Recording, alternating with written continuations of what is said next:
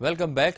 તો લોકરક્ષક દળની પરીક્ષા ફરી યોજવાની અરજીઓ મામલે આજે હાઈકોર્ટમાં સુનાવણી હાથ ધરવામાં આવશે। તો અરજદારની અરજી પર હાઈકોર્ટમાં આજે સુનાવણી હાથ ધરાશે। તો એલઆરડીની પરીક્ષા રદ કરવા હાઈકોર્ટમાં 2 અરજી કરવામાં આવી હતી, જેમાં એક અરજીમાં પરીક્ષામાં ગુપ્તતા અને પારદર્શિતાના અભાવોનો દાવો કરવામાં આવ્યો હતો। જો કે ગુપ્તતા અને પારદર્શિતાને લગતી અરજીને હાઈકોર્ટે ફગાવી હતી, ત્યારે પ્રશ્નપત્ર અધૂરું મળ્યા અંગેની અન્ય અરજી પર સુનાવણી હાથ ધરવામાં આવશે। તો અધૂરા પ્રશ્નપત્રને કારણે ફરી પરીક્ષા આપવાની છૂટ માંગવામાં આવી છે, ત્યારે આ અંગે હાઈકોર્ટમાં સુનાવણી હાથ ધરાશે। તો આજ મુદ્દે સંવાદદાતા દિવ્યા ચૌહાણ ફોનલાઈન પર છે। દિવ્યા, શું વિગતો પ્રાપ્ત થઈ રહી છે?